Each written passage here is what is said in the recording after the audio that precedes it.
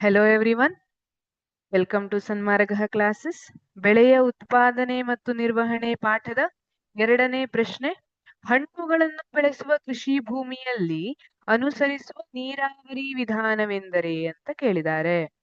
ನಿಮಗ್ ಗೊತ್ತು, ನೀರಾವರಿ ವಿಧಾನ ಅಂದ್ರೆ ನಾವು ಬೆಳೆದಂತಹ ಬೆಳೆಗಳಿಗೆ ಸರಿಯಾಗಿ ಸರಿಯಾದ ಕಾಲದಲ್ಲಿ ನೀರನ್ನ ಒದಗಿಸುವಂತಹ ಪ್ರಕ್ರಿಯೆ. ನಾವು ಅದನ್ನ ನೀರಾವರಿ ಅಂತ ಕರಿತೀವಿ.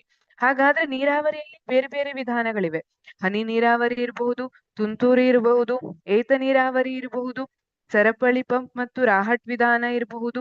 ಹೀಗೆ ಬೇರೆ ಬೇರೆ ನೀರಾವರಿ ವಿಧಾನ ಇರ್ತದೆ. ಇದನ್ನ ಕೆಲವೊಂದು ಪರ್ಟಿಕ್ಯುಲರ್ ಆಗಿರುವಂತಹ ಬೆಳೆಗಳಿಗೆ ಉಪಯೋಗಿಸ್ತೇವೆ.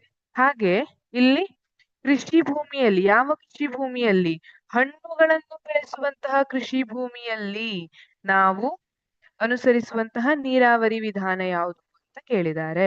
ಇಲ್ಲಿ ಹನಿ ನೀರಾವರಿ ವಿಧಾನವನ್ನ ನಾವು ಉಪಯೋಗಿಸಬಹುದು. ತುಂತುರು ನೀರಾವರಿಯನ್ನ ಅಳವಡಿಸಿಕೊಳ್ಳಿಕ್ಕೆ ಸಾಧ್ಯ ಆಗುವುದಿಲ್ಲ. ತುಂತುರು ನೀರಾವರಿಯನ್ನ ಕಾಫಿ ತೋಟ ಹಾಗೂ ಹುಲ್ಲುಗಾವಲುಗಳಲ್ಲಿ ಬಳಸ್ತಾರೆ. ಸರಪಳಿ ಪಂಪ್ ಮತ್ತು ರಾಹಟ್ ನೀರಾವರಿ ವಿಧಾನಗಳು ಕೂಡ ಆಗುವುದಿಲ್ಲ. ಇದು ಸಾಂಪ್ರದಾಯಿಕ ನೀರಾವರಿ ವಿಧಾನ.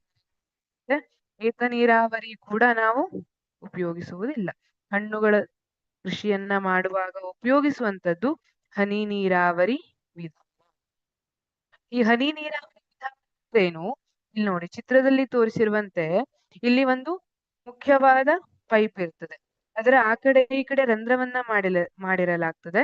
ಅದರಿಂದ ನೀರು ಹನಿ ಹನಿಯಾಗಿ, ಹನಿ ನೀರಾವರಿ ಹೆಸರು ಹೇಳ್ತಾ ಇರೋ ತರ ಹನಿ ಹನಿಯಾಗಿ ಗಿಡದ ಬುಡದಲ್ಲಿ ಸರಿಯಾಗಿ ಬೇರುಗಳಿಗೆ ನೀರು ಸಿಕ್ಕುವಂತೆ ಹನಿ ಹನಿಯಾಗಿ ಬೀಳುವಂತೆ ಮಾಡಿರಲಾಗುತ್ತೆ. ಇಲ್ಲಿ ನೀರು ವ್ಯರ್ಥವಾಗುವುದನ್ನ ನಾವು ತಡೆಗಟ್ಟಬಹುದು ಹಾಗೂ ನೀರಿನ ಸರಿಯಾದ ಉಪಯೋಗವನ್ನ ನಾವು ಮಾಡಬಹುದು. ಹಾಗಾಗಿ ಹಣ್ಣುಗಳನ್ನು ಬೆಳೆಸುವ ಕೃಷಿ ಭೂಮಿಯಲ್ಲಿ ಅನುಸರಿಸುವ ನೀರಾವರಿ ವಿಧಾನ ಎಂದ್ರೆ ಸರಿಯಾದ ಉತ್ತರ ಎ, ಹನಿ ನೀರಾವರಿ ವಿಧಾನ.